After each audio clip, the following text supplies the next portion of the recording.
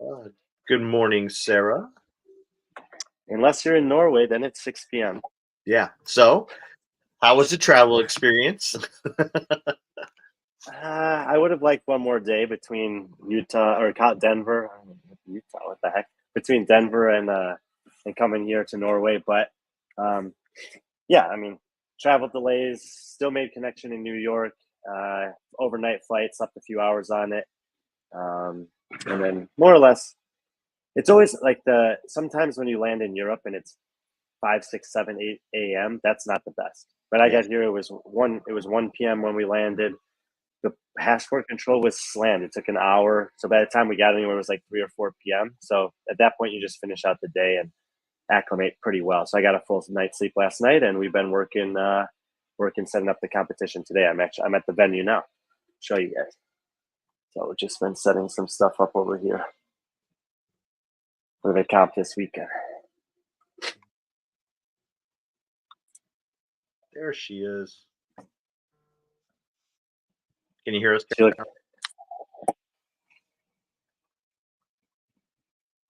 Can't hear you. we can.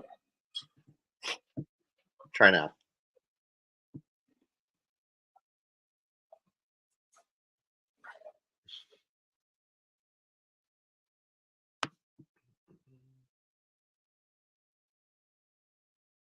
Can you hear us?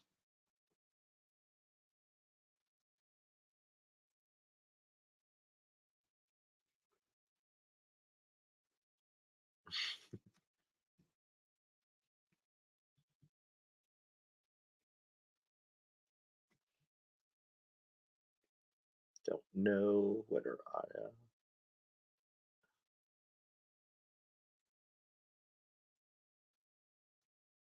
I can't hear you, Brian. You're on mute. I never know how to help in this situation. Yeah. Can't hear you. Can you hear us? Yeah. Those the AirPods. It seems like whenever something like that happens. Farm life. Yeah, she might not have a signal. I don't know. We might have found someone with worse internet than me. Hey, the last one we did, your internet was the best that it's been. Really? It did like that little buffer thing that it did one time towards the end of the show. Otherwise, it was like perfect. Yeah. How about now? Can you hear us?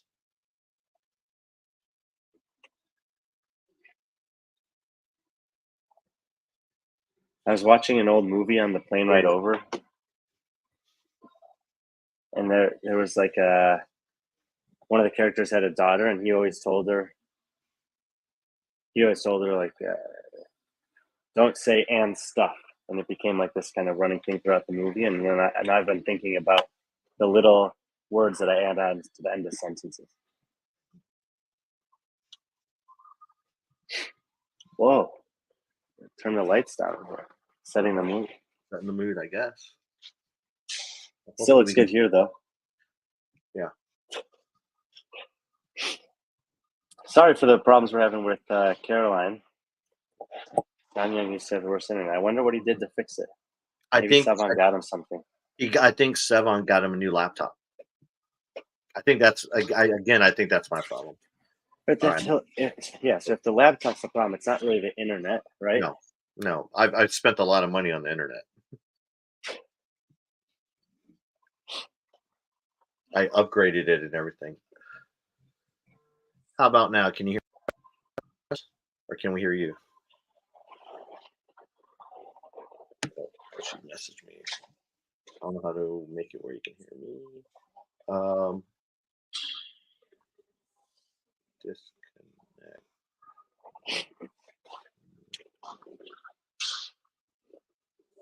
Let's try disconnecting from your AirPods.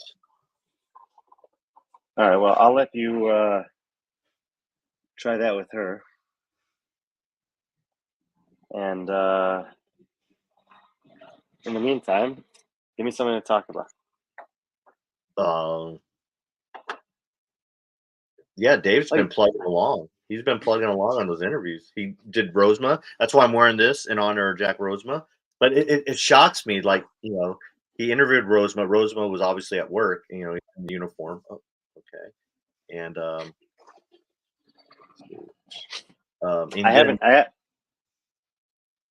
Sorry. How about now? I still feel like we don't have her volume. This comment does not surprise me, actually. I don't know if I was awake or if I was having a dream. Sarah says someone in one of the chats said they will be releasing one of the workouts tomorrow, which is July 4th in the US, which is obviously a national birthday or holiday there. And I either consciously or subconsciously, I had a memory of, I think, 2015 when they released Murph on Memorial Day. And I was thinking that they might drop a workout this week in conjunction with 4th of July, but then they wouldn't drop one for like a week or two after that. So if that is actually true, that's kind of ironic because I was having that thought. He mentioned it when he was with Rosema. And I haven't had a chance to listen to Rosema yet. I did listen to Rosa with Roman this morning.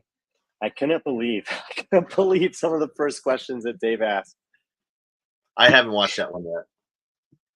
He basically asked if he's planning to go back to Russia anytime soon, and Roman's answer was great. He's like, "No, I'm preparing for competition." Someone said it was done twice before. I can't remember where. Too many shows. A lot of shows. Yeah, I would guess that seems like a fact that JR would spit out. Mm-hmm. But I know that Murph was one of them, and it was announced on July 4th one year. I think it was the first year that they did it. And yeah, I just think that in general, again, I can't remember what show it was on, but one of those athlete shows, Dave had said that he was feeling really good about the programming this year. That he kind of told Adrian, "I'm feeling good about the games program, so I'm just going to take it." And then Adrian was primarily working on the team side of things, and they were back and forth, bouncing ideas back and forth. But that was the kind of how the roles split down this year. And and even some of the other things that he said, but the whole season in general, I just feel like there's going to be a bunch of throwbacks or callbacks to prior games. And I especially think the 2012 through 16, the last 4 or 5 years in Carson, that we're going to see some throwbacks to some stuff from there. I usually don't have a lot of like premonitions. I don't spend a lot of time like JR does digging into the details and the nuances, but through some of these conversations that Dave's been having that I've been able to listen to, and just some thoughts and feelings that I've been having about it, it seems like that's likely. I know. Yeah, he definitely asks about the benchmark workouts a bit too. He did it. Yeah, he had that conversation with Jason Hopper about the biking. Swimming's definitely come up a bit. Several athletes have kind of said that they wanted to see some sort of triathlon. And then I think Alexis Raptis put on her Instagram the other day that she would love to see a heavy overhead squat at the games, which I think would be appropriate. Like, we haven't seen that in a while. Snatching comes up so frequently, but that overhead squat event in 2013, was it? Or 14? No, 2014, because Fraser was in the field. Hackenbrook, Fraser, and Froning all were pushing towards the 400-pound mark. Like, that was a fun event, second event of the competition that year, and it seems like it would be time to bring back some kind of overhead squat. Maybe not a 1-rep max, but like a 2 or 3-rep max or something with a heavy event or a heavy event. Yeah, everyone likes. I still think like, we saw at the games not the games at Rogue a couple of years ago, but the Texas Oak. I mean, instead of just going to a lift, I know they did the Texas Oak at Rogue, but I mean, what fitting thing to have? Rogue has the equipment. It's in Texas. It's called Texas Oak. It's a strength event. It'd be something fun. I don't know, especially to have that big of a field to do it. Maybe do it something, maybe their own different spin on it. CrossFit Games style. I don't know, but I mean, that kind of makes sense to me in terms of a strength event instead of, I don't know. He did ask Rosema yesterday what his clean and jerk was. And what was it? Yeah, he asked Rosema what his clean and jerk was. Kind of just out do of. Do you remember what Jack said? I think Jack said 385. I would have guessed 375 or 385 for him. Yeah, and those are like some of the details. He was talking to one of the athletes. He said, "Yeah, we've been doing some testing here." And then the next kind of topic that he brought up, he was talking about how you can have a variety of different movement standards, and he specifically was talking about sandbag to shoulder. Mm-hmm. So when you just happen to bring up a movement like that out of the blue, maybe it's something that's like it's not in your mind on accident. You know, it could have been something that you accepted earlier that day. Obviously, the thing is, the CrossFit Games, there's so many events, there's so many different movements and so many different implements. It's usually twice as many as you're going to get almost anywhere else. So, you know, to say like, oh, I think we're going to see a sandbag, like, yeah, you're probably going to see a sandbag because I still haven't listened to the Hatfield one. I've probably only listened to like a third of the ones that he's done. Yeah. Yeah, I don't know how many. I'm even curious about the amount of time David brought up the marathon rowing conversations with athletes.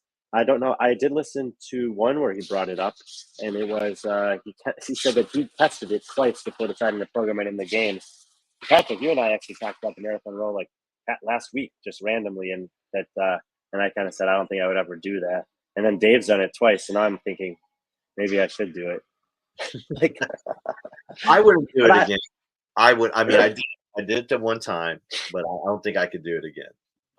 Dude, but he also is he's a glutton for the long workouts. You know, like sometime earlier this year, he did like a 48-hour ruck or something crazy like that with some people, and he was talking about the like the food, how he went like so long without eating food, and that's the like long grinding stuff is that's Dave. I watched about a dozen of them yesterday. He brought it up a lot, almost to the point where I was tired of hearing about it. All right, Jonathan Ortega, earlier to the show than usual. What's up, my friend? I don't think we've talked much since they announced the cuts. Cuts, yeah. My main thought about that is, I guess I just have two main thoughts about that. I think most people, if you listen to me frequently, know that if I had to choose cuts or no cuts, I would go with no cuts. Sure. If you were going to choose cuts, to have cuts, I love that they announced it early. It's kind of in line with you know, whether it was meant to be out or not. I like that the news about Sean Woodland was out early. And the primary reason that I like that those news pieces that can be controversial get out early is that then people have time to process them and get it over with and accept it, and then focus on the competition instead of focus on the dramas around the competition. 2 full days plus a little bit on Saturday for all the athletes in the individual field, 2 full days for the teams. I really like that for the individuals, that they do have at least something on Saturday morning. It always felt like, and I think especially with the less divisions this year, only the 3 divisions, if that's definitely something that they can do. Apologize for the noise of building some of the rig over there. And for the teams, I think it's okay. I think that when I was looking through the teams prepping for the, just trying to put stuff on. Interesting. Woodland will be on the WOD Prep podcast in a day or two. Can you hear me? Hey, there you are. Took forever. Oh, hey, don't worry. It's fine. Brian can talk forever. Jonathan, I am in Norway getting ready for a Norwegian throwdown in Furuset Forum, a hockey arena. I showed it to the guys a little bit earlier on here, but just here we've been working on the setting up for the competition this weekend. So, Caroline, yeah, we're talking about the cuts. What are your thoughts on the cuts being released early and knowing that there's cuts? I think it's I'm glad that they're not cutting like 40 Thursday, 40 Friday, and then I guess Saturday will be like half and half, which I think is good, instead of just going ahead and cutting to 30 after Friday, because I feel like there's still some events that could happen in Saturday, like I guess looking back in the years past, that could still show a lot of fitness on different aspects. Like it's not hitting overall, like there's still some people that could do, I guess, switch up the leaderboard, and some people that could still do really good or really bad, to make it to where just cutting after Thursday and Friday isn't giving you as well of a accurate who's the fittest. Yeah, the other aspect of having that extra day with the full field is that it gives everyone the opportunity to show their ability to recover a little bit. We kind of know that recovering between events and between days at the CrossFit Games is important. And so that's one more night that all the athletes have to manage their sleep, their nutrition, their body work, and then come back. And yeah, there's going to be athletes on the cut line that are going to be fighting for those positions.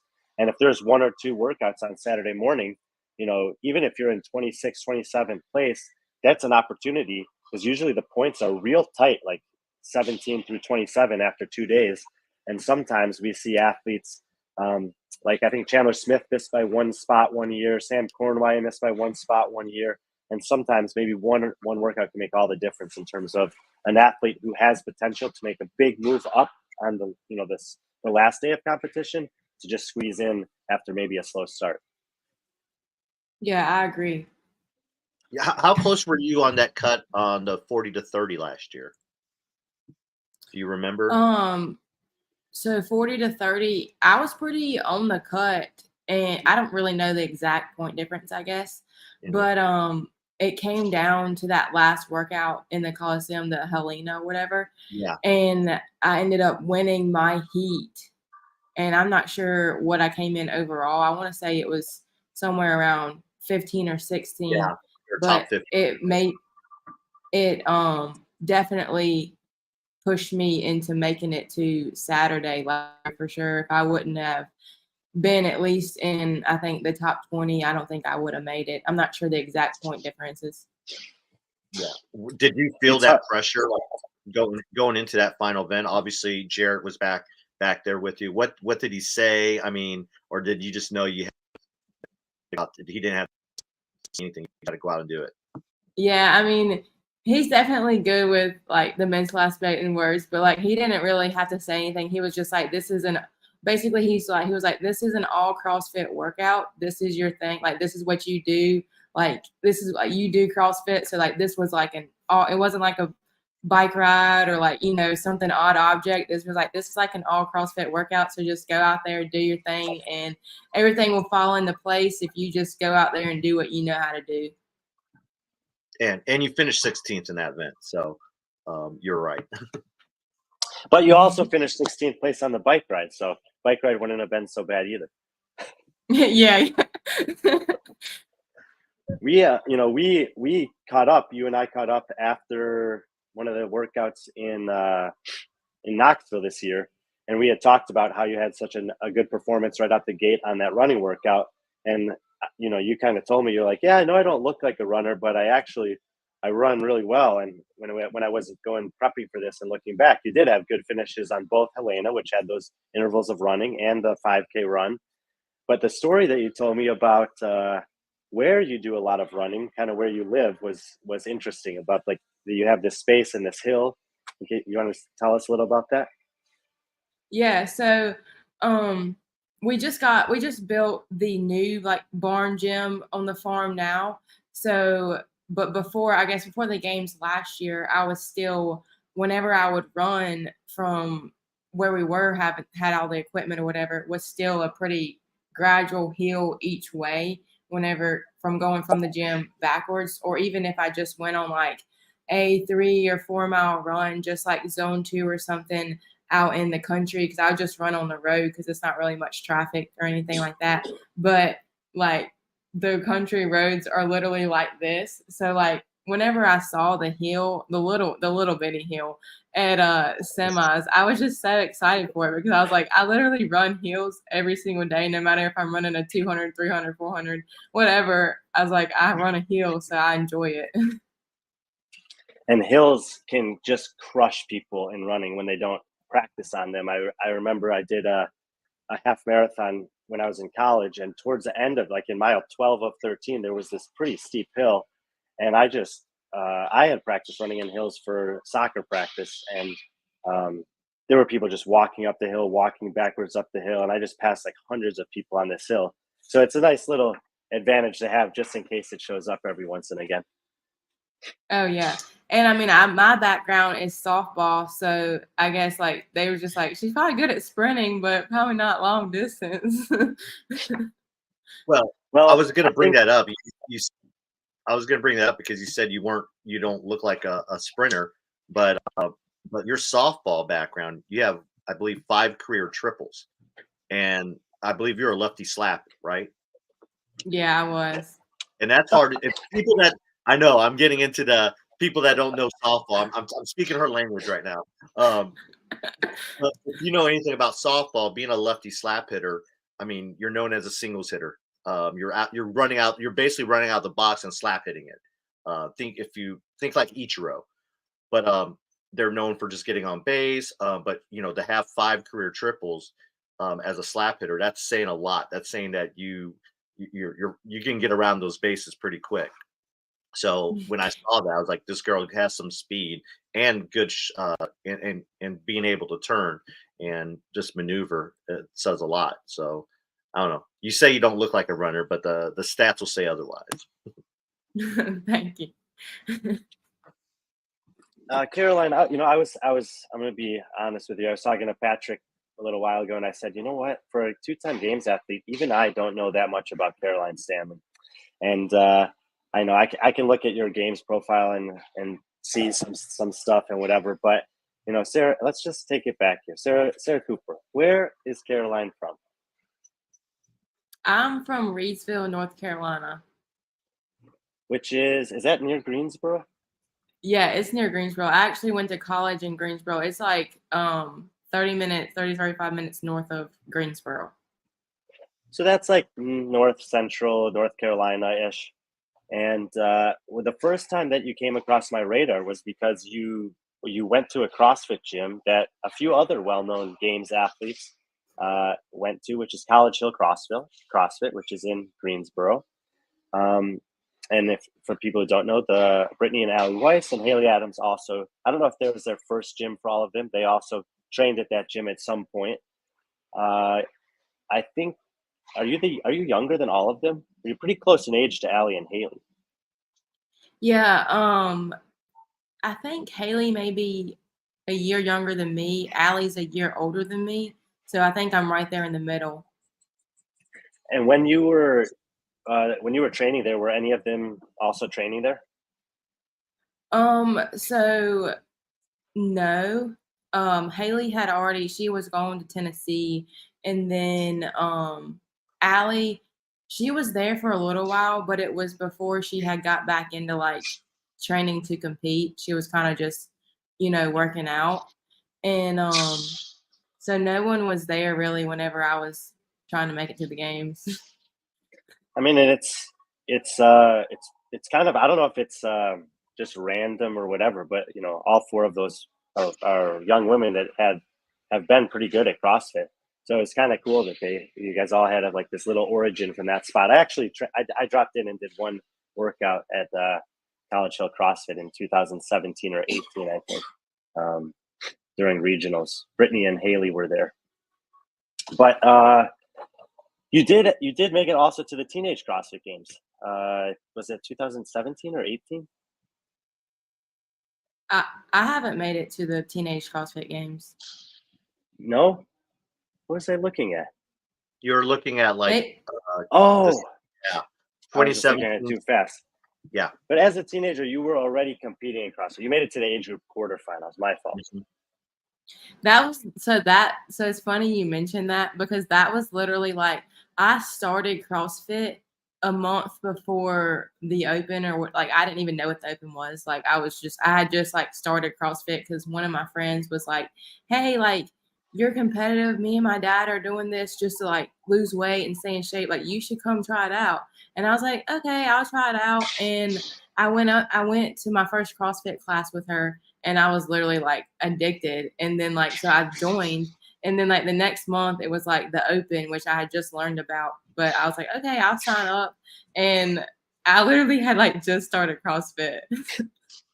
But anyone who spends a lot of time in the affiliate knows somebody like that, a member like that just starts in January or February. And then, their new friends at the gym are doing the Open, and they're like, oh, okay, yeah, I'll do that. And usually they don't do quite as well to advance to the next stage of competition. But it is something that happens in every CrossFit gym. So that's pretty cool that was like, you started right at the start of the year, jumped into the Open, and, and then you've done every Open since then. Yeah, I think I may have missed one, I want to say. 2019. during college. 2019. Yeah. Yeah. Yeah, that was my freshman year of college. I guess I want to say I started like I was doing CrossFit and I was like addicted to it, but as far as like really like learning like how to make it to the games and like wanting to make it to the games and this, that, and the other, I really like started to like dial things in. I guess that second year in like 2020, I was like I really want to do this, you know what I mean? But I was still doing softball and school and stuff at that point. And then last year was actually the first year that I was doing CrossFit and just CrossFit. Like I didn't have school and softball and this, that, and the other. I mean, I was working at a vet part-time, but I wasn't like consumed with softball and school as well. And I had a coach. The first time I had a coach was last year too. When you were first going to college, was it difficult to maintain the CrossFit training with the school and the sport commitment?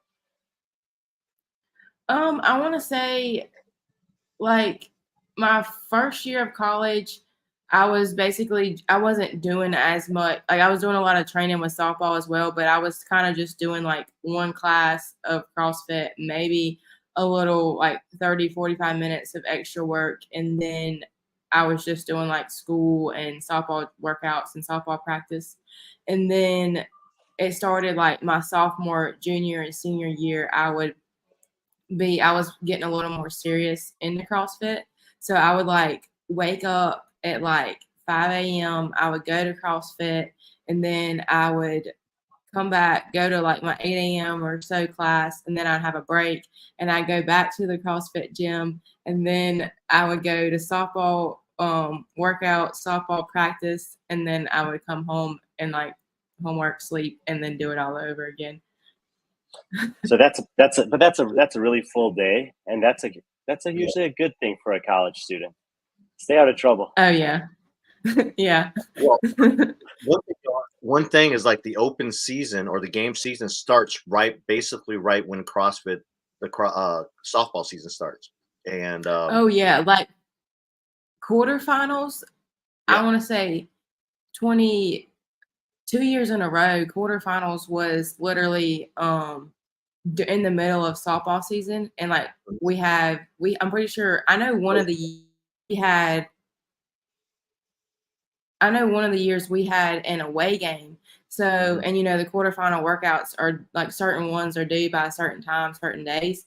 And I remember having to like wake up and do like one or two of the quarterfinal workouts and then go get on a bus and ride to like an away game and still get those videos submitted. It was fun though. I had my last year of eligibility as a college soccer player. I was actually a graduate student, and so I had also like many kind of responsibilities to filter in. And I remember one away game, I needed to go do like a presentation at a like a practical type of a course and do a presentation. And then I missed the team bus, and so I had to drive to the game. It's nice when coaches will they'll be understanding of that you have some other interests going on, but it is like a lot to manage and it can be pretty stressful. Yeah. it's funny. I'm looking at your career stats here. You hit 2 home runs your freshman year, which was a year you took off from CrossFit, and then after that, no home runs after that when you started like taking CrossFit a little bit more seriously. So, well, the home runs, I wouldn't say the home runs have to do with CrossFit because I wasn't really trying to hit home runs, just being a left-handed slapper. It was one of my home runs was an inside the park home run because people were playing in because like I was a slapper. Of course, they thought I was just gonna like put it somewhere and then sprint to first, like just get on base. And so they were playing in, and so like my coach had like taught me to like play slap, soft slap, and like power slap. So she was like, get in there and power slap. So I got in there, hit all the way over their heads to the fence. So like I was just able to run all the way around by the time they got the ball. And then the other one was we were playing a team, and I never stood in there and just hit. But this team had like a really slow pitcher, and it was really hard for me to get my timing down to slap. And so my coach was like, just stand in there and whack it. And I was like, okay. And it went over somehow. Oh, so you have one over the fence. How did you? Was that just? I don't know. I can only imagine the celebration as you're circling the bases. I mean, were you kind of in disbelief? Yeah, that was honestly my first home run, like outside of the park, like ever, Wow. because like I've always slapped. So I've never even in like travel ball or high school had hit one outside of the park. I mean, I've hit inside ones before, but not outside the park. Did you get that softball? Yeah, You have it? yeah. Of course you do. Yeah. Probably got it right there. You have it sharpied. What date, time, everything. I don't know about the time, but definitely the date. Yeah, yeah. But look at And that so, career 355 hitter, 69 stolen bases in your career. I mean, that's impressive. I mean, were you the leadoff hitter? Yeah, yeah, I was. Okay. Some games I would hit second. It kind of just depended on the team we were playing. But most of the time I was lead off. Yeah, that's those are impressive stats. and so even despite playing a collegiate sport, you were able to qualify for semifinals, and we even kind of managing that hectic quarterfinal scheduling that you had to do, and then semifinals is right there at the end of the school year or the season. But sometimes, I mean, people probably know from college baseball more than softball that like the sports season can extend past the school season, the school year, right? Right, yeah. The school year ended like right there at the it was right there at the end of May, I want to say. And so, was it ever a challenge scheduling wise to see like I want to go to semifinals, but I'm not sure if I'll be able to?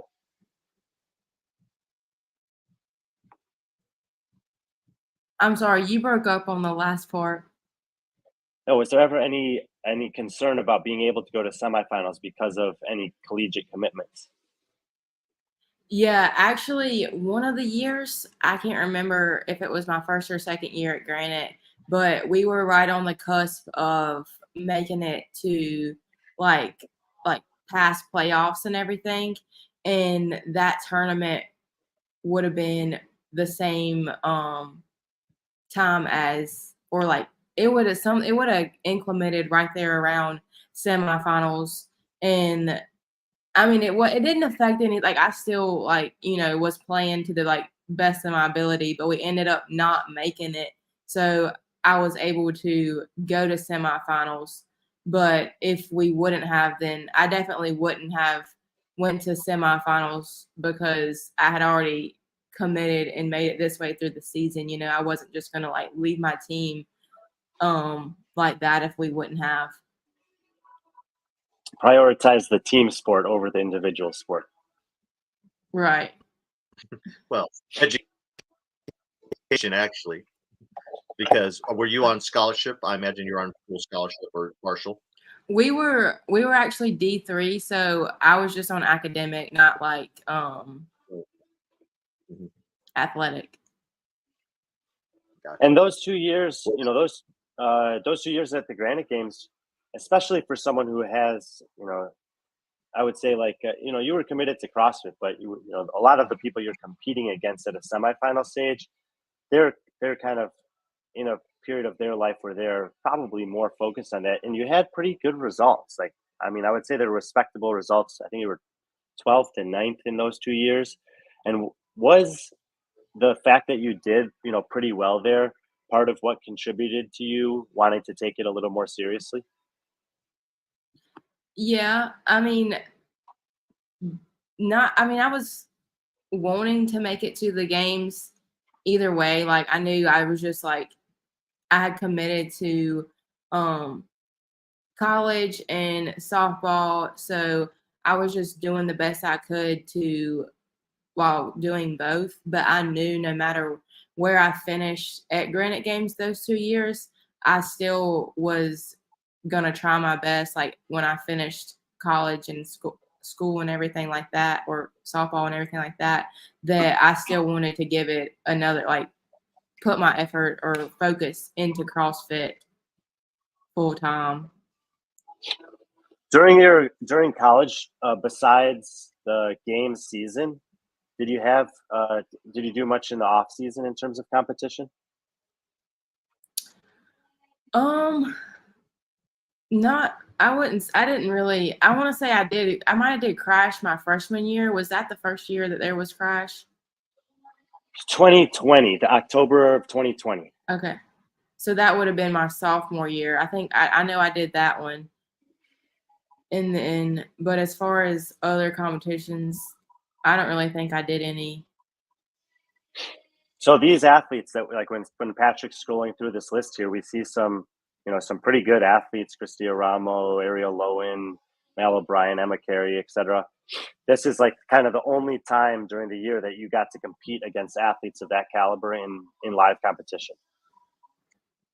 Yes, sir. And did you end up, first of kind of a fun one, do you make any friends at those Granite Games, in the back or in your heats or anything like that? Yeah, I mean, I wouldn't say we were like super close, I guess, but I did talk with everyone me and Shelby, we kind of knew each other because we're kind of around the same, like both in North Carolina and everything. And so I would say I talked to her the most, but yeah, and you guys have actually had a very similar tracks in the last 4 years. Like you guys have been competing at semifinals, getting pretty close. Then you both made it to the games, and now you've both made it again. Has that been cool to like? Do you guys recognize that and talk about that?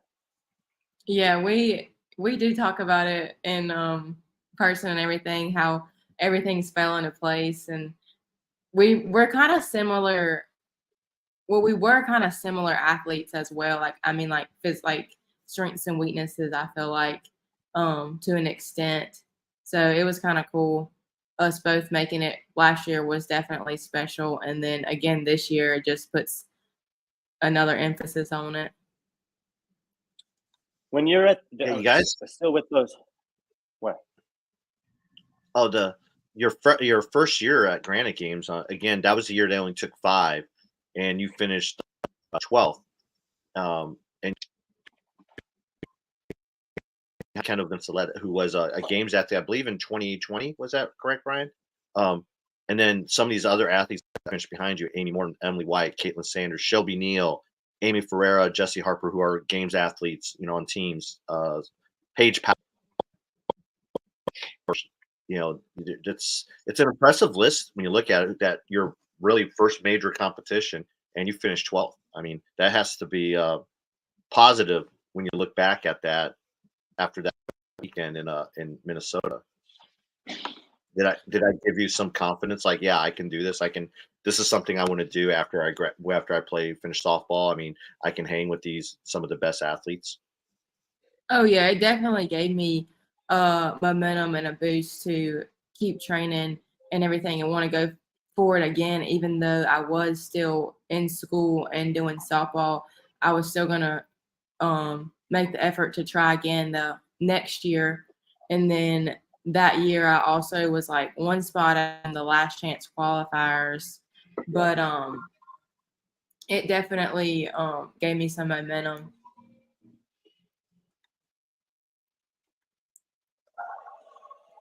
Sorry, I was looking at something.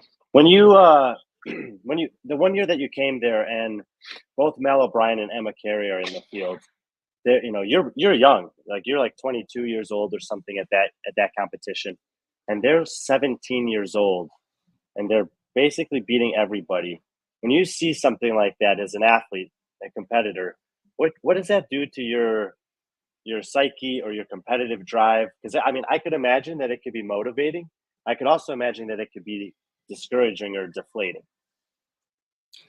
I guess I'm more of I took it as like more motivating. Like I'm just so competitive that like I just want to win. I want to I wasn't even looking at the age at that point. I was just like, it was just like my competitiveness because like I'm just competitive in anything I do. It could be literally going to play putt-putt with the family, and we're out there like so it was more like motivating, like I'm older than them, like it was more of a push, like I'm older than them, I need to be beating them, this, that, and the other. Like I don't know, I wasn't getting down on myself, I guess, for them being younger than me but beating me. It was more of like, Caroline, you need to do better. Like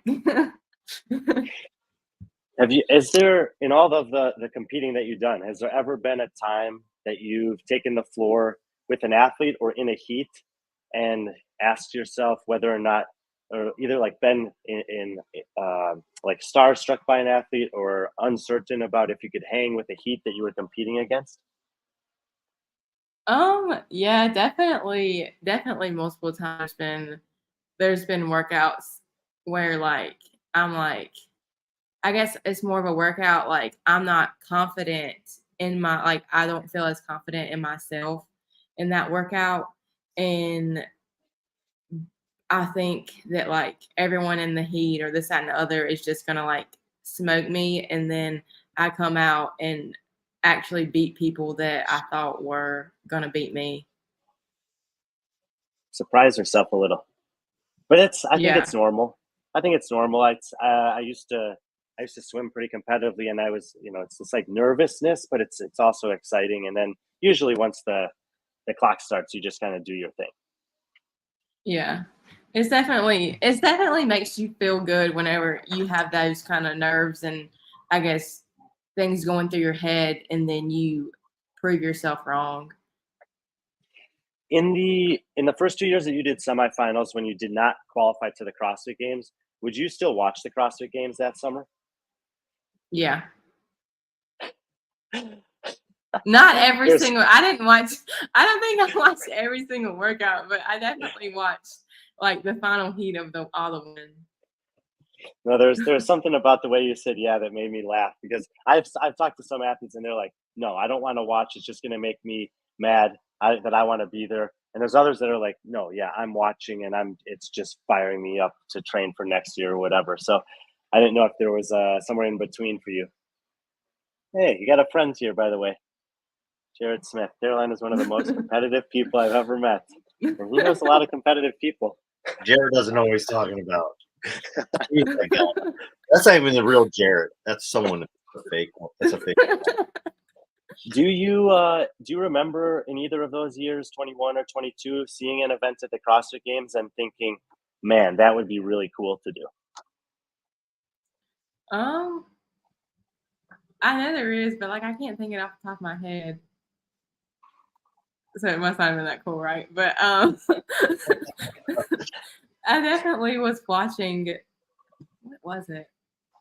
I don't know. I guess I'm a big fan. Oh, the Capital workout. That one was like, I thought that would have been cool to do. But before watching that workout, had you ever touched a pig? Done a pig Sorry, flip? touched what? Have you ever done a pig flip before when you were watching that workout? Not a real pig, No. because not a real pig. No. No. You know you No, live on. We know you live on a farm, so. I had never did a pig flip until last year at the games. Yeah, it's a pretty difficult implement to get your hands on, and if you don't make it to the CrossFit Games or have a very good connection, that's pretty much it.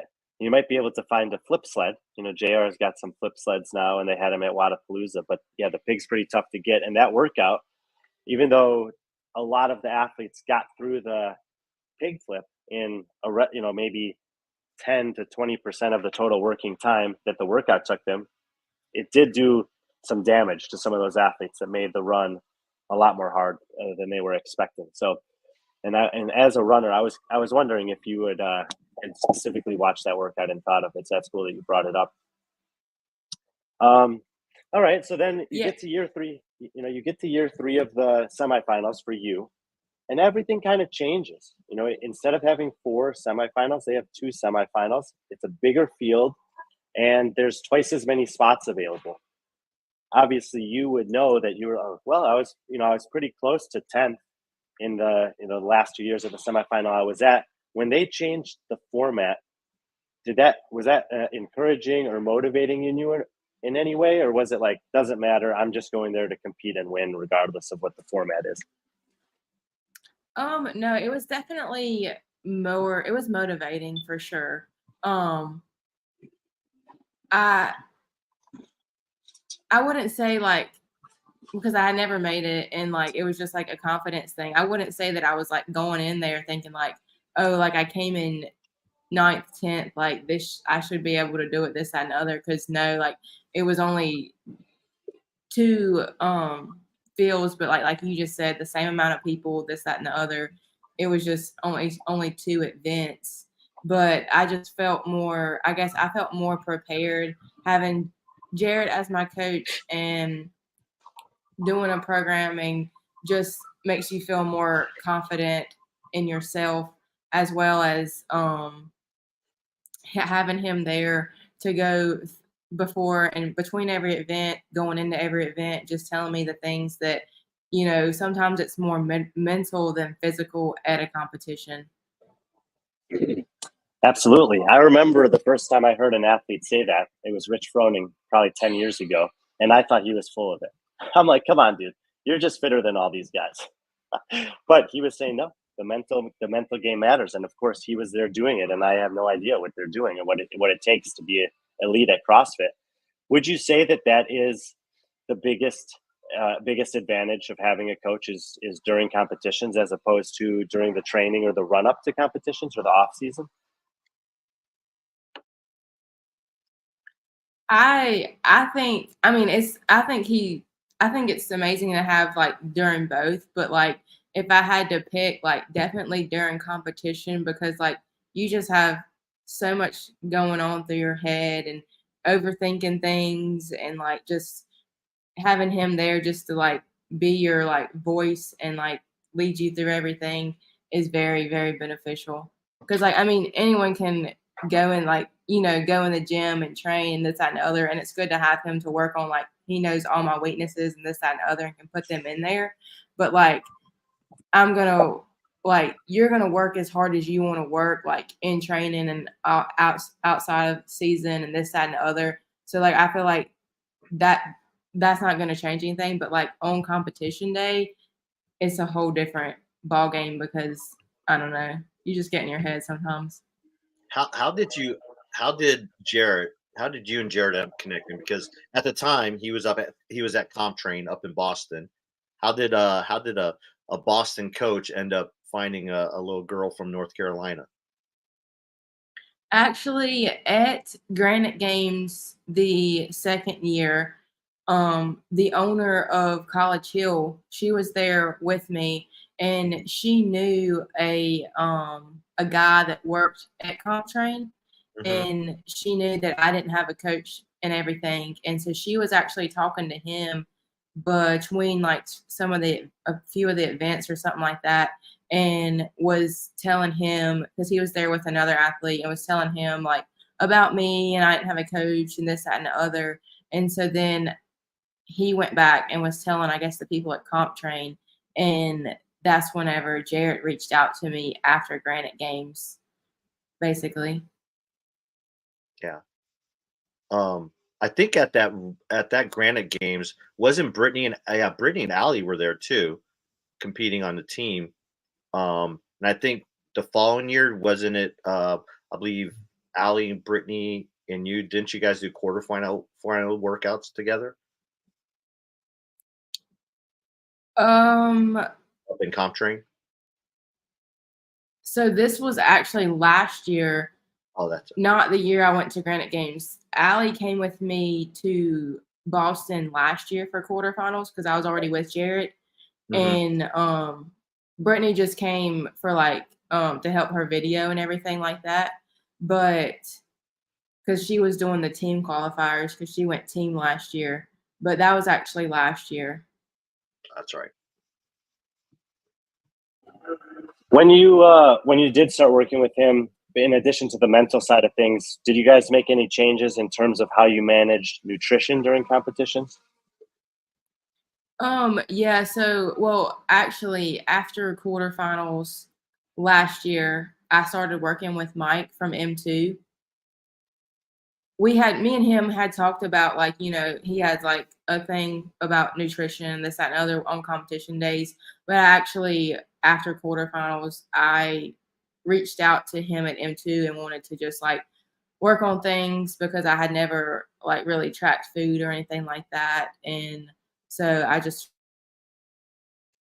Mike, and he's been helping me ever since last year's quarterfinals. He has a good track record. That's to say the least. Definitely does. And, So you definitely had a lot of changes. You know, you kind of finished school. You're still working as a vet. Was that the plan to work as a vet? Have you always had a passion for animals?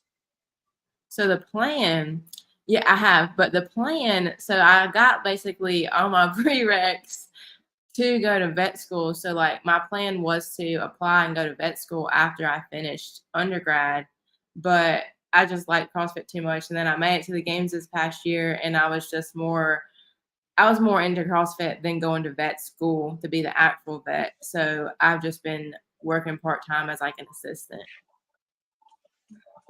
Could you see vet school sometime down the line when you finish your CrossFit career? I don't know, 4 more years of school. well, you have your L1. Are you coaching too? Sorry, it broke up again. I believe you have your L1, don't you? Yeah, I do. I was coaching at College Hill whenever Okay. I was still there. So, what are you doing part-time for work now? At the vet. Oh, you're working part-time at the vet. Yeah. Oh, nice. So go ahead, Brian. So in 2023 semifinals, I mean, it was that was a battle.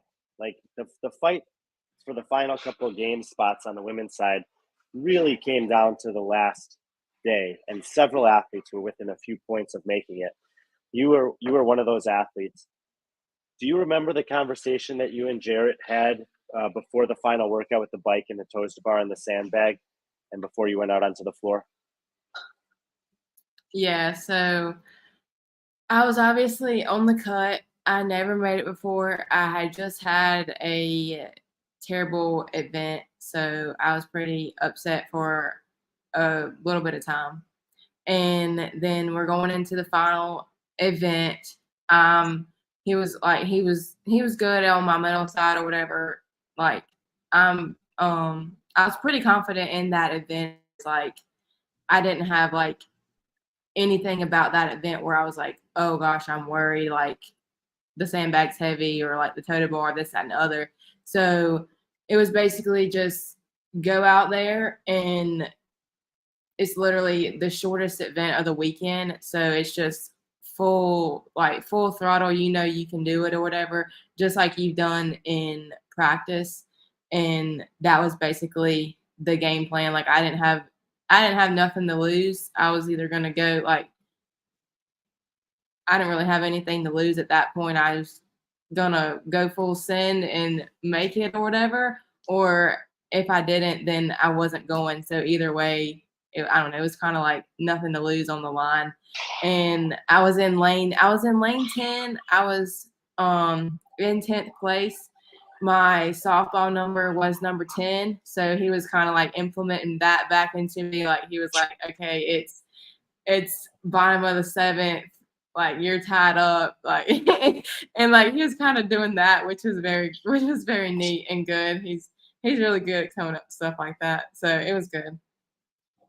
Everything was lining up for you for that one. Yeah. That competition last year, you also had a couple really good workouts. You had a 2nd place finish, I think, on Linda, and a 4th place finish on the ruck, muscle up and pistol burpee box jump event. And that field of women was really stacked at the top. There was like 5 or 6 girls that were quite a bit ahead of everyone else. But that was like to have, a couple finishes of that caliber against that field. Were you surprised by that? Like, did you know those events were amazing for you? And how did it maybe give you some confidence going forward? Because those are pretty early in the competition. Yeah. So I mean, I'm a pretty strong athlete, so I knew that Linda was going to be a good workout for me. But of course, I didn't know it was going to be a second place good workout for me. But I did know that it was going to be a good workout for me. The ring muscle up one, like I did them and I practiced them and I felt confident on them. I just was more of I didn't know how everybody else in the field was going to be on them. Whereas like Linda, I knew I was stronger than some of those people, especially with the bench, because that's really what it came down to.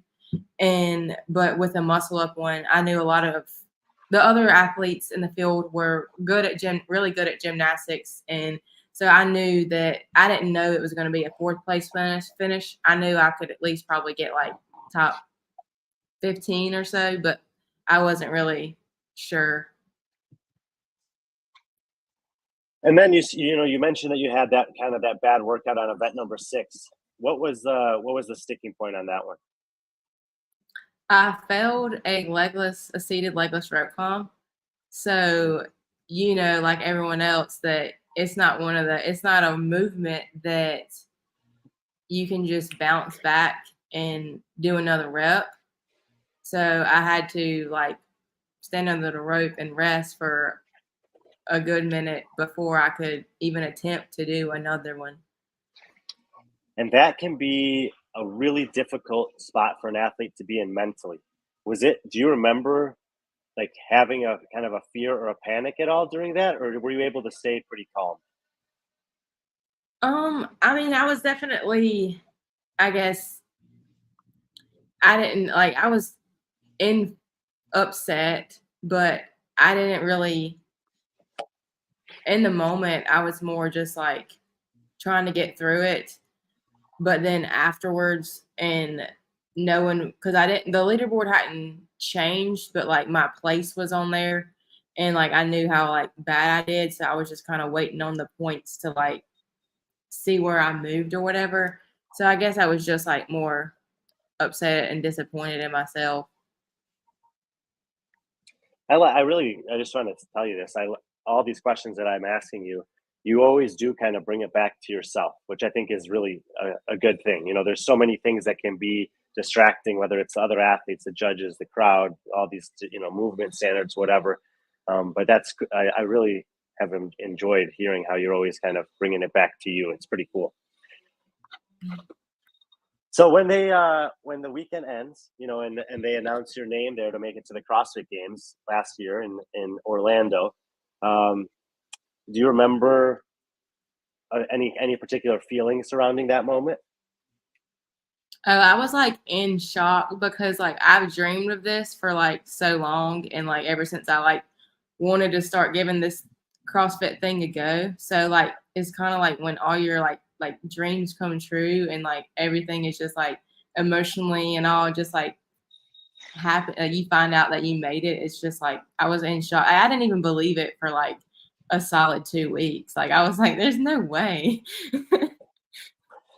Did you have, besides Jarrett, did you have other people down there supporting you last year? Oh yeah, so my parents were there, and my boyfriend, which now fiance, he was down there, and that's all this past semis or that semis. How I saw that you had the ring on there. How long ago did you get engaged? March 17th of this year. Relatively recently, yes. That's really cool too. Especially how it was Here, done. Ryan says it sounds like this is our friend, photographer we work with sometimes from his part of the world. We can know for sure by the way she says orange and boiled peanuts. Do you want to say those words for him? Orange and boiled peanuts. Thank you. He'll love that. I'm sure he's laughing wherever he's watching from. He's a really good guy. So tell us about this post here. What is this thing that you're holding? It's a deer antler. So if you don't know anything about deer or deer hunting, So they lose their horns every year and then they regrow them. So we were just out. We go on walks and stuff a lot. And he was like, you want to go on a walk after church and look for sheds? And a shed is like the deer antlers horn. And I was like, yeah. And so like we went walking with our dogs and back behind his house, which he bought that land. And the way the hill rolls, you can't see like over the hill. And so like we were walking and he was like, there's something shiny up there. And like I went up there and it grabbed the shed and like it said, will you marry me? And then I turned around and he was on one knee. And then like all of our family, like my brothers and parents and his parents were on the other side of the hill. So like they were watching the entire time. So they were there too. And you were completely unsuspecting? Yeah, I didn't really I mean, I was kind of like he was acting crazy. He was acting a little like, suspicious, but like I didn't know that was going to happen. I had just got back from Tennessee in Nashville the day before this, or that night, Saturday night I had got back. And then Sunday, like we went to church and then went and did that or whatever. But he, like backstory, he had like said that, like he told me this like afterwards, of course, that he had like ordered the ring like 2 or 3 months ago. And then whenever I was in Nashville, it came in and he was like, once it was in my hands, like I couldn't wait anymore. And so literally while I was in Nashville, he went and asked my dad, asked both my brothers, called my mom because my mom was with me in Nashville. So he like called her when he knew I was at the gym and she was at the dog park with my dog. And like he called her and asked her and then he did it the next day. So he checked all the boxes, made sure everyone was on board for it. That's awesome. That's a great story. And that was, and then that moment there, of course, was better than the qualifying for the games moment, right? Oh yeah. And that's pretty close running up to this year's semifinal. And are you a person who spends much time watching, people like us who talk about CrossFit, the sport, or do you just kind of train and compete and tune out all these media people? I mean, I will say I do watch some stuff, but not like I like to just train and tune out a lot of stuff, especially during competition. Well, I myself and a few other people who've been, covering this sport for a while had kind of said that we thought that this year's semifinal in the East, between the men, the women, and the teams, top to bottom, was going to be the most competitive semifinal or regional in the history of the sport. Had you heard anything about that?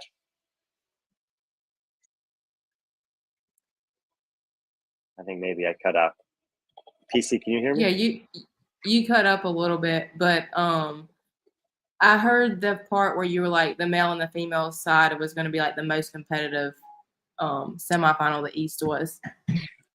Yeah, had you heard anybody talking about that? Yeah, like bits and pieces. And when it was similar situation to last year's East field, where most people who were looking at the women's field were saying there's about 5 or 6 women that are like top 10 women in the world potentially, and then like 15 others that might be able to make the games. And of course, you were included in that list. But a lot of people had you outside of the games qualifying spots before that weekend. Did you know that? No, and that's why I don't like to pay attention to the media. Right, which is like some athletes have these different perspectives, and because sometimes people they'll know that and it'll be like, oh, forget those guys. Like I'm gonna prove them wrong. Are you kidding me? I made it last year. Of course I'm gonna make it this year. Like they'll get motivated by it, and sometimes it makes people angry. And it doesn't really matter to us. It's more about the fans. We just want to like talk about all these great athletes that have a chance to do it. But I'm just always curious what motivates or doesn't motivate the different athletes that are competing. Oh yeah, but that would definitely like it wouldn't like discourage me and be like, oh, they think I'm not gonna make it, so I'm not gonna make it. It would definitely be like, you don't know what you're talking about. I'm definitely gonna make it. So keep on. And that's the mentality that you were taking into this year's semifinal. Yeah. And I mean, it was a, well, I'll just ask you this. Looking back on this year's semifinal, what would you say about it as a whole for your experience? Instead of like maybe breaking it down, why don't you just tell us about this year's semifinal in Knoxville?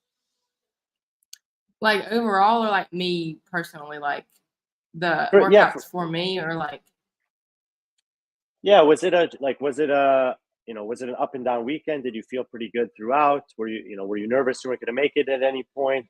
Whatever comes to mind.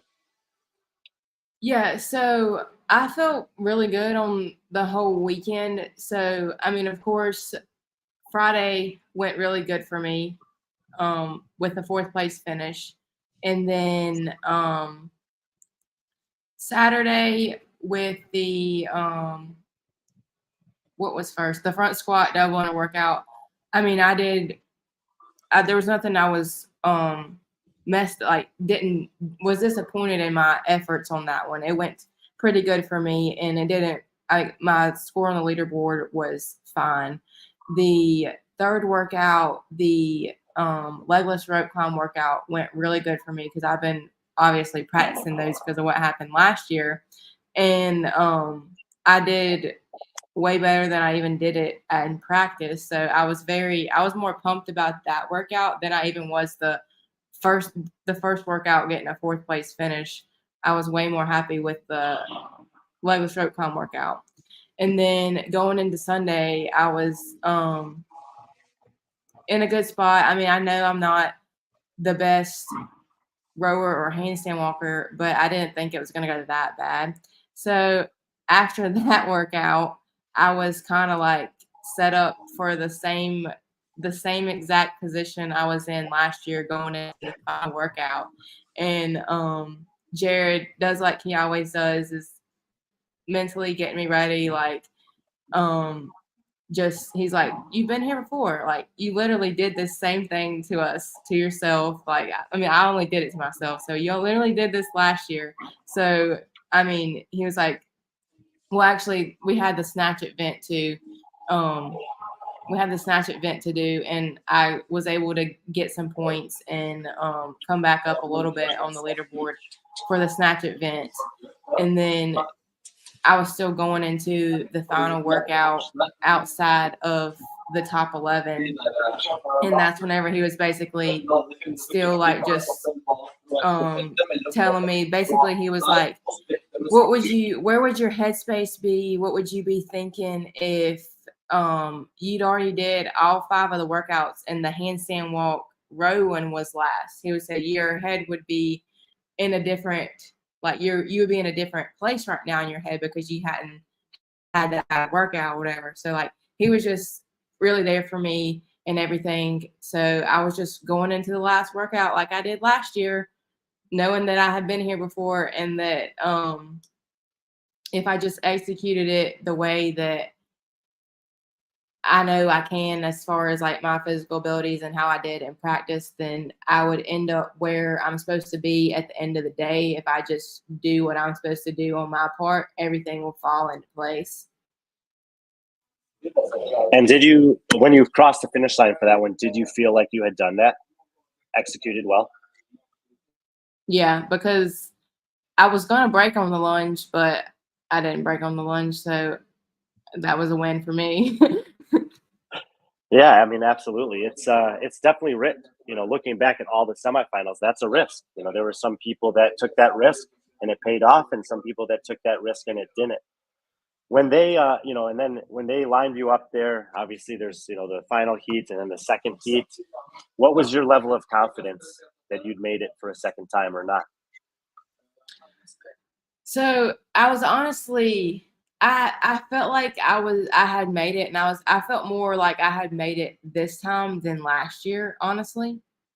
Like last year I was like, I mean, I guess because I had never made it, and like it was so like it was like I didn't know how many points were between me and other people. Like I didn't really know like going into the last workout like who I need to beat, who I didn't need to beat, this, that, and the other on that workout.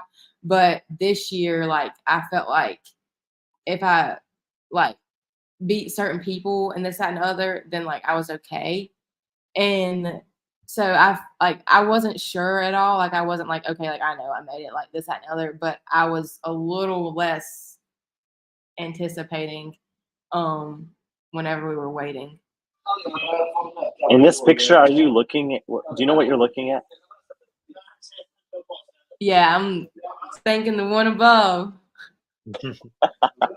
That's awesome. I'm not sure if you were looking at someone in the crowd or thinking something, or maybe even looking at yourself on a jumbotron. But this is a great picture, and that was a great moment. And now you're getting ready for second year at the CrossFit Games. What's the mindset like this year compared to last year? I guess last year I went in like I was a rookie. I didn't have any expectations, or like I guess I hadn't like put myself in a like I did this last year at the game, so I need to do this, that, and the other. Like I was just going in like kind of like winging it.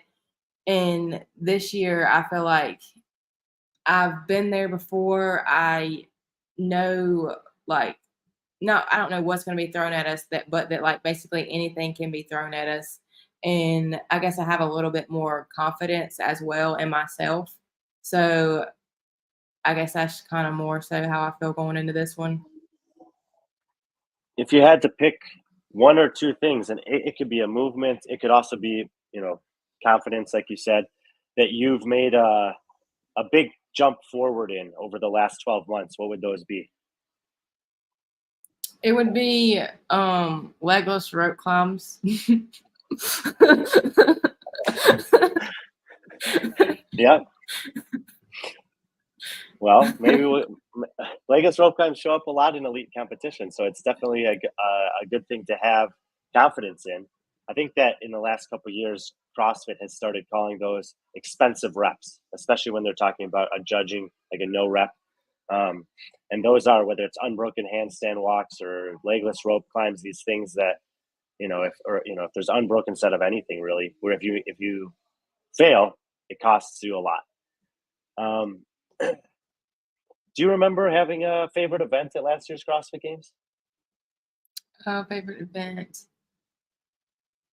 Right, Helena, right? Yeah. I would say yeah, Helena would be my favorite.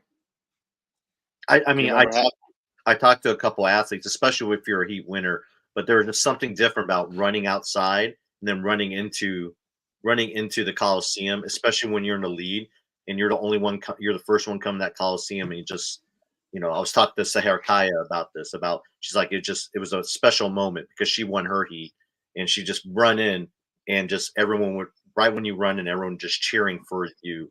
I mean, did you feel that energy whenever you ran in? Oh yeah. Well, honestly, like I felt that energy, but it was honestly like a group of us kind of the whole time. And one of the girls was actually kind of like more or less in front of me, but like I was like right there with her. But it was more of like whenever we went to the muscle ups and I caught back up and we basically kind of came off of the muscle ups at the same time, and we were doing the snatches, and it was like we were doing them, and then as soon as my judge's hand went in the air first, and like that I had like 5 reps, it was like the Coliseum just got like 10 times louder whenever like a judge's hand went in up for like the final 5 reps. It was pretty special. I think there's going to be a lot. I think there's going to be a lot of that this year at the games. I have a really, the people that I know who've been to that arena have said really good things about just it as being a good host for sporting events. And I am so excited for the programming this year. I think that Dave is as motivated and excited and into the programming as he's been in a while. And I think he's gonna. I think, and he's really the best that we've ever had in terms of creating great workouts that also provide those dramatic moments for the crowd to get excited, because it didn't, in a moment like that you described, I don't think that for most of the fans there, it really matters who the athlete is. It's the moment. It's the anticipation of the end. It's the celebration of that person succeeding. And I think we're gonna, that in a lot of the heats and in a lot of the workouts, we're gonna get that this year. So that makes me excited to even just to hear you describe that. And this is, I see you smiling watching it. That must have been such a cool moment. Oh yeah, it was. I'm super excited for this year too. Who is that? Abigail Domet right behind you? Yeah, now she Yeah. talks about it. Yeah, I remember that race being so close. Like, I think Abigail, she was kind of with her long stride. She was kind of like leading in, and I think you just cycled the muscle up so much faster, and you cycled the snatches a lot faster than she did. Yeah. Is there any workouts from last year's games that you didn't enjoy?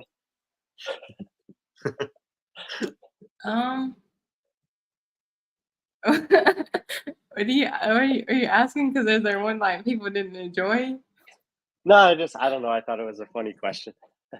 Um, I don't really plan any of these questions. I just kind of asking what I think about. I don't think there was any that I didn't. I honestly thought the bike ride was gonna be like, kind of like, I don't know, I guess more or less boring, but it was actually not. It was really fun. It was really fun. I enjoyed watching it as well. Sometimes sometimes you're not sure about those kind of longer, monotonous or cyclical events, but they usually end up creating good races. Last year it was your first year at the games, and it was the first year in a decade plus that we had no swimming at the CrossFit Games. Was that disappointing too? I'm sure you did some swimming practicing leading up to the games. Were you hoping that there'd be a chance to swim? Yeah, of course they've always had swimming, so of course you're training to practice, but it doesn't really make a difference to me. I mean, whatever they throw at us is whatever. I don't care. Have you been? Do you have any swimming like background in your childhood? My senior year of high school, I did the swim team just to do it, but that's it. That's unusual. I mean, I wouldn't say not many seniors in high school just choose to swim. I think because like that's when I started CrossFit, and I was like, dang, they swim at the games. Like, let's see if I should do this too. Like, and so I just tried out for the team. I was just Well, I also, if you think about it, like track and field, swimming, they're like the sports that you can do where it's actually training too. Where you don't. I mean, you practice what you do at practice is pretty much, it's very similar to what you would do at a meet. Maybe just a little bit, the intensity is a little bit higher, but to be a good swimmer, you're out in the pool every day swimming, so you're training. And I think that just, not other sports like softball, for example, when you go practice, you're not playing a whole game. You're doing, like, you're taking infield, you're doing BP, you're doing pop-ups. It's like there's a lot of stop and go. Whereas where track and field and swimming, you're actually doing your event almost daily.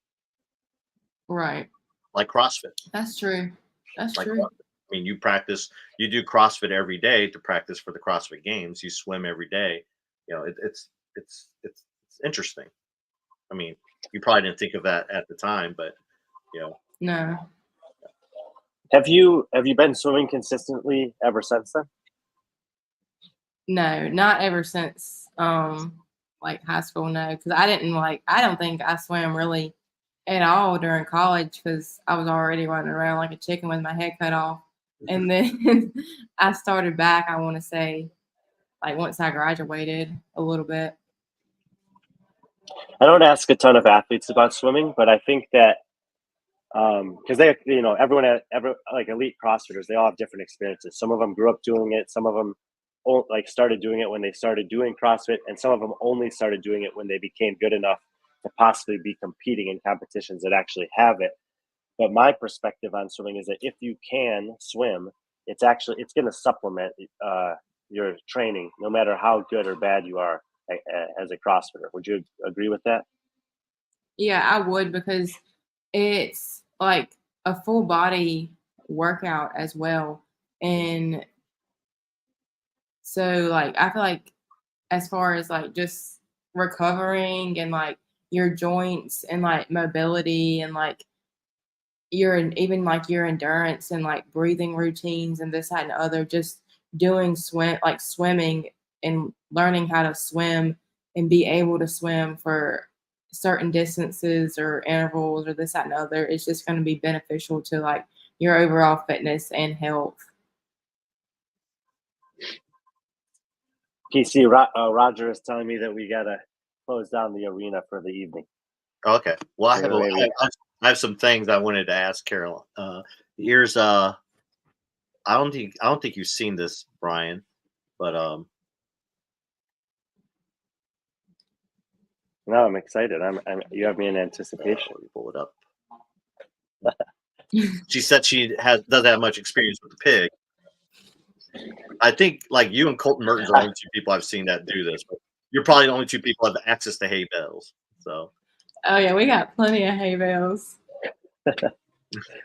PC, do you want to? Them things are heavy. Patrick, do you want to finish up with her? Yeah, I'll finish up here. I think Roger's already waited about 20 minutes past the deadline here for me.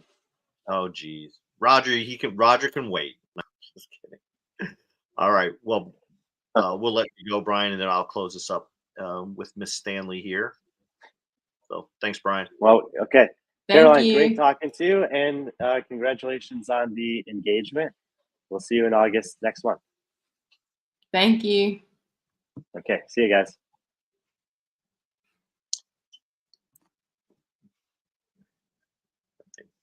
I don't know if you know this. Brian's in Norway right now. He left the other day. Monday. Yeah, he left Monday to go to Norway. We're live streaming a competition in Norway this weekend, so that's where he's at right now. So he's helping with the setup for that event. But that's pretty cool. You the 2022 season. Well, let's go back. Okay, so 2020 was a weird year, obviously because of COVID. You had your softball season cut short. What were you doing? I mean, is that something where 2020 is kind of like where you're like, you know what, I'm just going to go in, just train? I mean, obviously you probably weren't meeting your team so much. Talk about being an athlete, a college athlete during COVID, and what you did to kind of, just, I don't know, just continue on with your life, how to make things normal. Yes, our season actually, we didn't even have played a conference game yet, and it got canceled. So we didn't play at all that year, and we all basically went home or whatever. So I came back home, and I was basically just like doing school online and doing CrossFit, honestly. Mm-hmm. Were you talking a lot to your teammates? What were they doing during that time? I mean, because obviously not all your teammates probably had the same schedule as you. Yeah, so they obviously they didn't do CrossFit or nothing like that. So they weren't doing they were working out, but just like what coach had sent or whatever for us to do, and like some drills or stuff like that, and then their school, but nothing like I was trying to do. Are you thankful for that? Like, that you could go right into something like that where, I mean, yes, it's always better to do CrossFit maybe at an affiliate, but you could do it anywhere to kind of just pass that time. And also at the same time, you're working towards another goal. Yeah, I was very of course I was sad that the season got canceled, but I was still super pumped because I got to train more than I would have if season was going on, and just like you just said, put some focus into that goal, because that was still a goal for me, was to make it to the CrossFit Games, whether it was during softball or once I graduated. So it was I was happy to be able to put a little more time and effort into it during that time. Did you have any, or was it even offered to you having, having a COVID year of softball back? Was that ever offered to you, or were you just kind of set and like, I'm going to do 4 years, I'm going to graduate so I can move on to other things? Yeah, I had the option, but it wasn't something I wanted to do because I wanted to take on CrossFit. Hmm. And even if I wasn't going to take on CrossFit, I wouldn't have took my COVID year because I had already did all the classes I needed. So I would have still just went ahead and applied to vet school or this, that, and the other that um would have been my second option. So I still wouldn't have took my COVID year even if I guess didn't. Let's talk about that week. You ended your pretty much within like 10 days. You ended your softball season ended, and then you graduated. And a few days later, you're on a plane to Minnesota, to compete at the Granite Games. I mean, how crazy was that? Those days. I mean, it seemed like that all happened within like 10 days, if not shorter. Yeah. I mean, I don't know.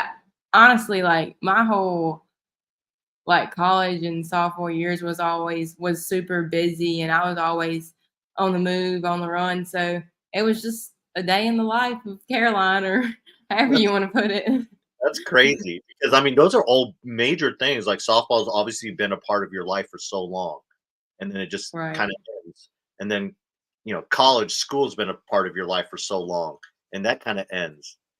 And now you're starting this new thing, something exciting. It's almost like CrossFit like kind of stopped. I don't know. It was kind of like a new journey. And I mean, obviously, you said that it's like you wanted to do it full time, but now you saw all these things are a part of your life for you know 18 plus or 15 plus years just kind of like go away, and now you're starting this new. Was there any fear at all or any anxiousness, or were you just like, no, we're just moving on to the next thing? No, I mean, I was honestly more excited or pumped up than anything, not fearful or anxious. I was just like excited. Yeah. Another thing that kind of happened in terms of change is like, obviously, you started working with Jared's, I've known Jared for a while. I think he's one of the, I guess, unsung heroes in terms of coaches. Like, you don't hear his name that much, and I think he prefers that sometimes. But he obviously had an opportunity to better himself, to move on to a different training camp down in Nashville to Proven. Um, you know, did that affect you at all, or were you just like, I'm going? I mean, there's no question at all. You were following Jarrett to Proven, didn't matter where he went. Yep, that I was just following him. Yeah. And what were those discussions like? I mean, did he call you and be like, "Hey, this is what we're doing," and you're like, "It doesn't matter. I'm going with you." Yeah, basically. Have you noticed any change from when you were at CompTrain with Jared to now where you're at Peru with Jared? Has there been any change in anything, or have you noticed any changes? Have there been any other opportunities that have opened up to you since you moved on to with Jared to Proven? I mean, I guess it's just more opportunities as far as like there's more elite athletes and coaches. So even when I'm down there, I have more hands-on people looking at me and just that more other competitive athletes to train with and push each other and everything like that. As well as just like an amazing community as far as how they treat everyone and welcome everyone in. Have you been? How many trips have you made it to Nashville? Um, 3. I'm about to Three. go next week. Okay. Are you guys? Is that like a kind of like a camp that you're having, or just? Yeah, Yeah. Um, have you been to the new HQ since they opened it? yeah, Yeah. Your thoughts on that? it's really really nice. It's nice.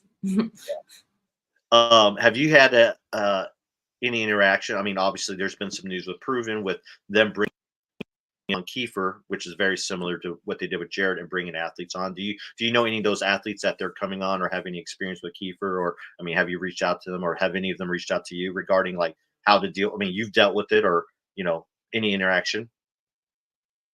I mean, I've seen like Keeper and Jared are friends, so like we've talked and stuff at competitions. But as far as like the athletes and stuff, we haven't really chatted or anything yet. I mean, it kind of just happened, so.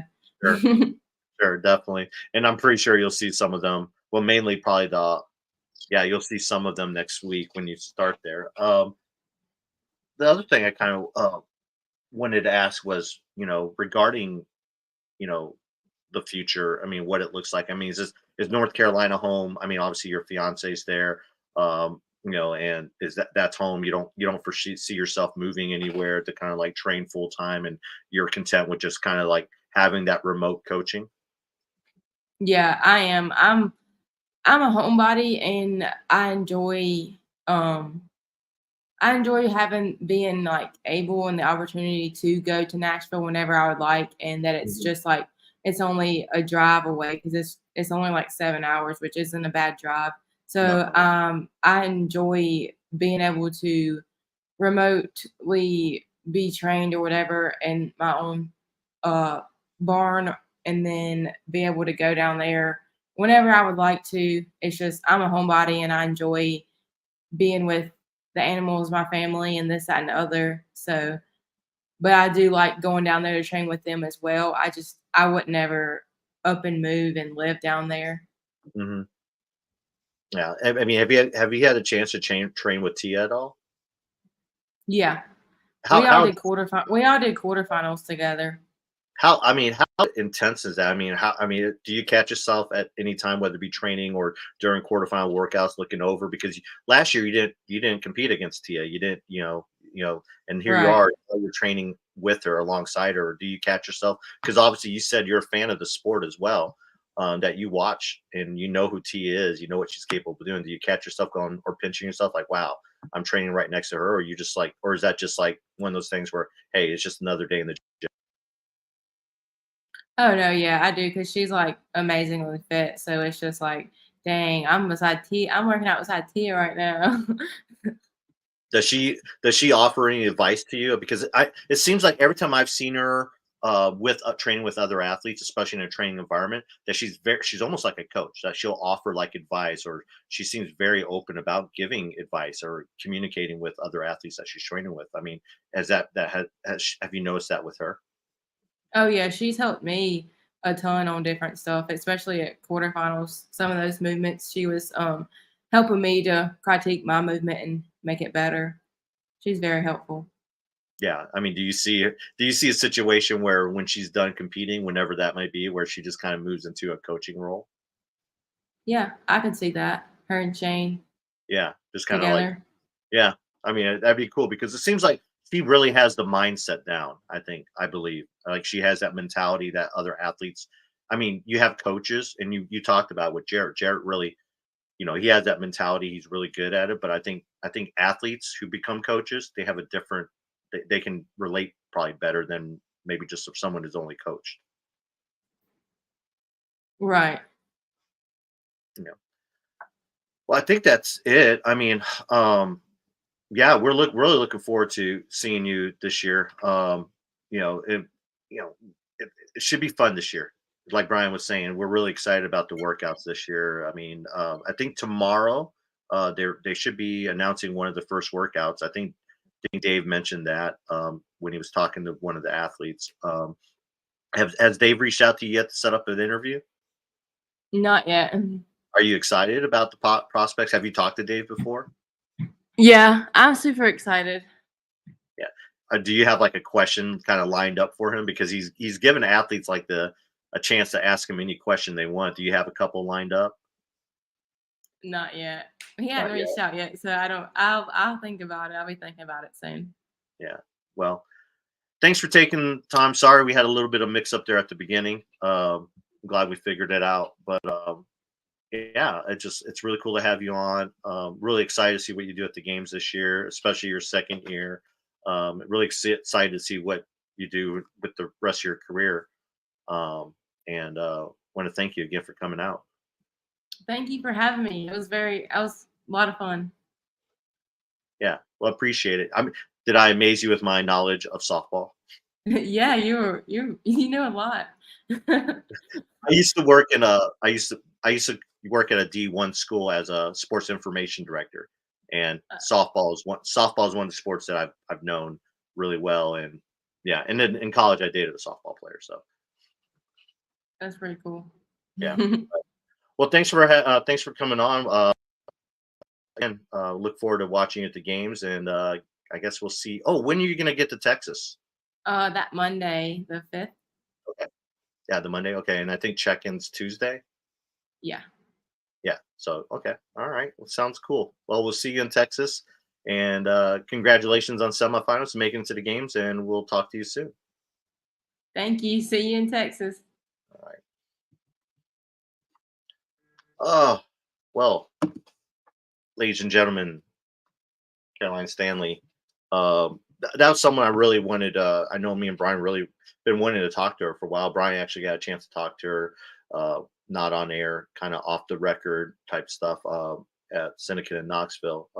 Just really pleasant person to talk to, and yeah, pretty excited about it. So, what obviously Brian's been busy. He's got this weekend. We might have a preview show on Thursday, or Friday regarding the competition in Norway. So we're hoping to do that soon. Probably Friday. We're gonna interview Roger, the director there. Roger's been around for a while. Guy's an OG when it comes to competitions. We've had him on in the past. He's running 4 competitions in Norway and Sweden this year, and I believe maybe Finland. I don't know, but yeah, we'll be partnering up with them to kind of live stream all of that. Also, again, thanks to Homegrown Relief. Go ahead, follow them on Instagram. You have a chance to win a $50 store credit. Just scan that QR code there at the bottom and get entered in that contest. We want to thank them. We're partnering up with them for another 6 months. Really enjoyed having them. They enjoy being a part of the show. So support them just like you support us, and we really appreciate it. Scan that QR code. So for everyone out there, hey, happy Independence Day tomorrow. Try not to blow up your fingers and fireworks. Be safe tomorrow, and then come back here on Friday and join us again, and we'll keep on going. We got a lot of cool interviews lined up the rest of the month as we go in the week. Rest of the month as we head into the games, we have reached out to Ricky Garrard. We reached out to we plan on having Lyndon Kiesman on, a bunch of other athletes on. So we're going to keep on doing this. Obviously, there's plenty of athletes, a lot of interviews, a chance to get to know them. It's really not just on our channel, but a lot of other people. I know Sevon's really making a push right now, and also, as always, Clydesdale. And then you have Dave, and then Peter from Coffee Pods and Watson, and then Spin. Spin had Abigail Domit on last night. So it seems like there's no I mean, if you want to get to know an athlete, there's an endless supply of material out there to get to know them. So thanks again, everyone. And as always, be friendly. Are